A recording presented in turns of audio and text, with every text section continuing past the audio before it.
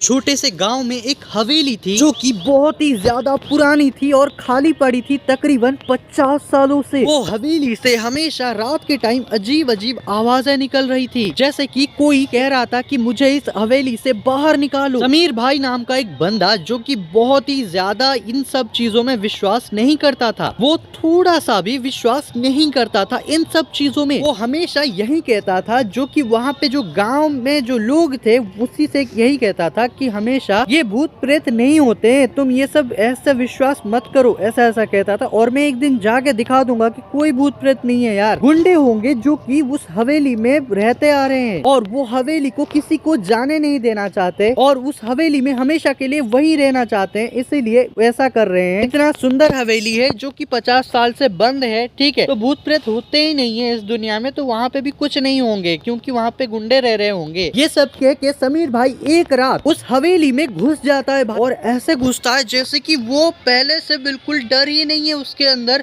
ठीक है। जब घुसता है तभी वो टॉर्च जलाता है क्योंकि हवेली में चारों ओर अंधेरा होता है और उसके सामने एकदम कंकाल दिखाई देता है, जैसे कि बहुत सारे कंकाल पड़े हुए हैं, चारों तरफ खोपड़ी पड़ा हुआ है और ऐसे जो रूम होता है वो काला, बहुत ज्यादा काला काला होता है, जैसे कि उस हवेली में सच में 50 साल हो या तो उससे ज्यादा हो गया, कोई नहीं गया है। ये सब देख के समीर भाई बहुत ज्यादा चौंक गया और उस घर में तकरीबन 2 मिनट तक ऐसे घूमने के बाद ऊपर जो कमरा था उस कमरे में एक आईना उससे दिखाई दिया। तो उस आईने के सामने जब समीर भाई गया तो वो आईने में उसकी परछाई दिखी, जो कि आईने में वो परछाई हिली डुली और उससे देख के हंसी, जबकि समीर भाई हंसने के जगह डर रहे थे। तभी वो जब ऐसे हंसी ना तो समीर भाई बहुत ज्यादा डर गया और बोला कि तुम कौन हो, क्यों मुझे देख के हंस रहे हो, मैं तो हंस नहीं रहा हूँ। वो मुस्कुराते हुए उससे देखी और ऐसे ही वो बाहर आने लगा। बाहर आते आते उसका जो चेहरा था वो आधा जल गया और वो जो आंख था वो बहुत ही ज्यादा नीला पड़ चुका था, उसका आंख काला काला था और वो जो बाल है पूरा सफेद टाइप का था और उसका चेहरा पूरा जला हुआ था उस जो परछाई का, ठीक है। वो जब ऐसे आया उसके बाद वो समीर भाई को अंदर खींच के ले गया और बोला कि तुम यहाँ पे आके गलती कर दिए, 50 सालों से कोई भी यहाँ पे नहीं आया और तुम आज से कैद हो गए यहाँ पे। सुबह जब गांव वाले उस हवेली के पास गए तो वो शरीर को देखा जो कि समीर भाई का था, लेकिन उसकी आत्मा हमेशा के लिए उस आईने में कैद हो गई। सब्सक्राइब करना।